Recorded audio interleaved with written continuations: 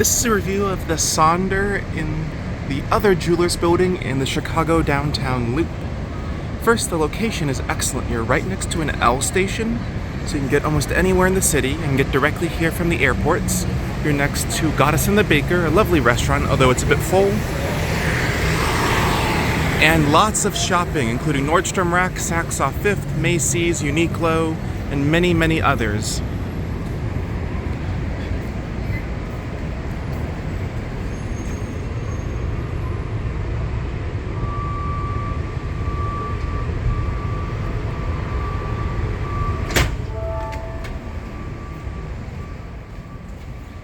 The lobby is pretty simple. The only thing that you can share this building with is a tobacco store.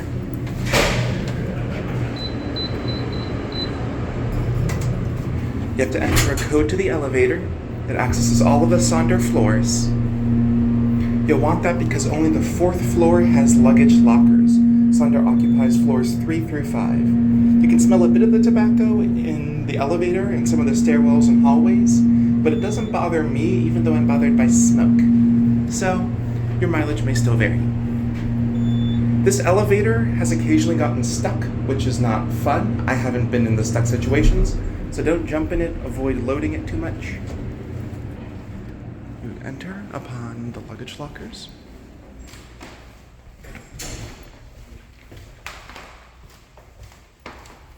And there's a variety of rooms, including single bedroom rooms and studio rooms.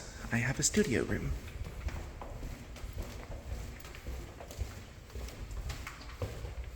Everything is clean and quiet. There's a smart lock to enter. First thing when you enter is a lovely storage closet with its own light, luggage rack, everything you need. Up next, you have the kitchen. It's got a lot of appliances, which is very useful. You've got a compact 4-burner stove and lots of basic kitchen utensils, a hot water kettle, drying rack, paper towels, included complimentary dishwasher tabs, good selection of plates and cups. This is after they're already loaded in the dishwasher. A generously sized fridge with ice cube trays. The only thing missing would be an oven, a toaster, or a toaster oven. The microwave doesn't feature any of that. And it also has a ridiculously bright screen, which might bother you at night. At least the microwave does have a permanent mute mode, which is very nice. Water pressure's good. They give you a selection of tea and coffee, salt and pepper. If you need anything else and you need food, there's a Target just a block away. They close at 9 p.m., but besides that, amazingly useful. Up next, there's a mini split air conditioner, so no fresh outside air, even though the thermostat claims to offer that. I think that's just a mistake. You do have windows that open slightly. Different units will have different views. Some people in the reviews complained that windows can look directly into their room. In this case, there's just one, and because of all the dust and reflections on the windows, I don't think they can see much except maybe at night. It's not super bright, but it is a bit of something. And again, you can bring in fresh air at night. The air conditioner makes some weird noises when you're sleeping. Sounds almost like a big animal breathing in your ear, which is weird. If you want to Google the manual for this thing, you got tons of features. You got a quiet mode, light mode, air purifier mode, turbofan mode. It can swing the vents 2 ways. You'll want to use the sleep mode to try and keep it quiet. You can also turn it off. It will make noises for about 10 or 15 minutes after turning off. Just gotta wait for that. There's also a full in-unit washer and dryer. They're a slightly compact size. They work great. They give you free detergent tabs. You've also got broom, dustpan, ironing board, and iron. Very convenient. I really appreciate that. It makes this feel more like a studio apartment and less like a hotel. Although you have these bright ceiling lights during the day, at night you've got these very nice mood lamps that are nice and dim. And you also have two dimmable, warm-colored lights on the side of the bed. Next, smart TV. It's nice that it's a Roku and has all the features that you would expect. However, this TV is almost unusable because the speakers are terrible. Worse than any phone speaker, worse than any laptop speaker. And also, there's no cable, not even over-the-air TV, which they could fix with a little $5 antenna. So all you have is your own streaming apps, and the TV will reset on your checkout date, which is nice. And the free Roku channel, which isn't always great. The screen has good viewing angles, and it's in a weird location. You have to either sit on the edge of the bed and watch it, move the furniture, which is technically not allowed, so you can watch it from here, or watch it at a weird angle. Just don't bother with the TV if you have to watch it and move it around the room. Then bring maybe a Bluetooth speaker and an aux cable. There's an aux jack in the bottom of the TV. Or HDMI from your laptop. They do give you a free cable. And then use the laptop speakers. There is a noise detector in the room. This company seems to make them pretty privacy aware, so they won't record your conversations in theory.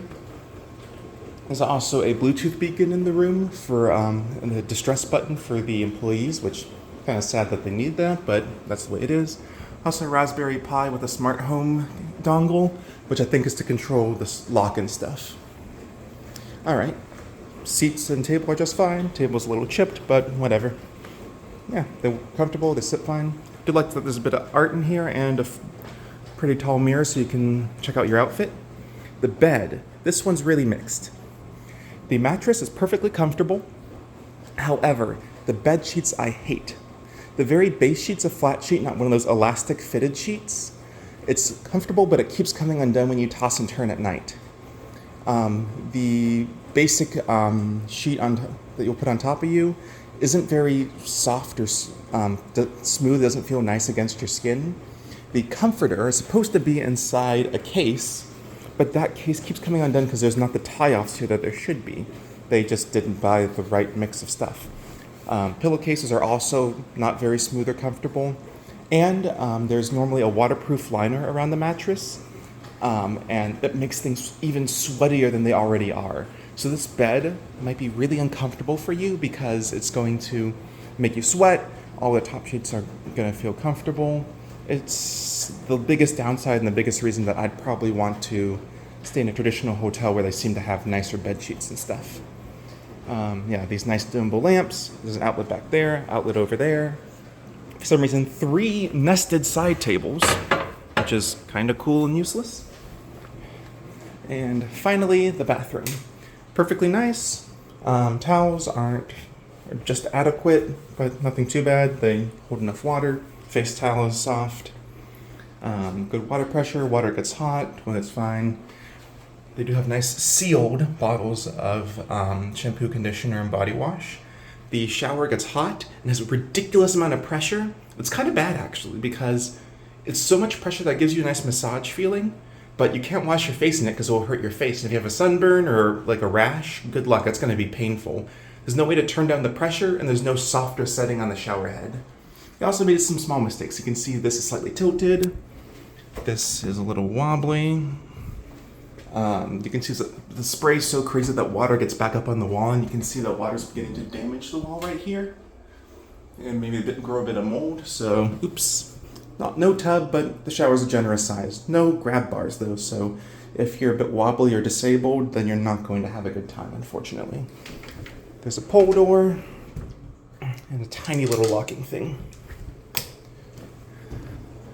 And I think, there's Wi-Fi, really good speeds. The Wi-Fi router is up in the closet, works just fine. Yeah.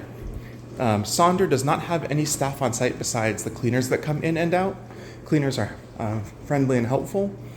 But if you need support otherwise, you have to just message Sonder representatives in their app or on Airbnb. That worked just fine. Sonder's booking process was also fine, but the greatest annoyance was that they wanted an extra $350 for an extra night, even though all the previous nights were $250. I asked them why, and they simply said that they used dynamic pricing. So that's really crappy of them. I just stayed at a different hotel right outside the Loop. Oh yes, there's also baseboard heating. And the one last thing that's iffy about the bed, it will creak once in a while, not too often, but they also have this really cheap, crappy cardboard bed base, which, really? You can't afford a piece of plywood? I know I'm being nitpicky, but I'd hope that they'd make a good bed when you're paying, well, they want $350 a night sometimes for this kind of place. You'd think that they'd put really nice effort into the bed, but yeah, cheap linens all over.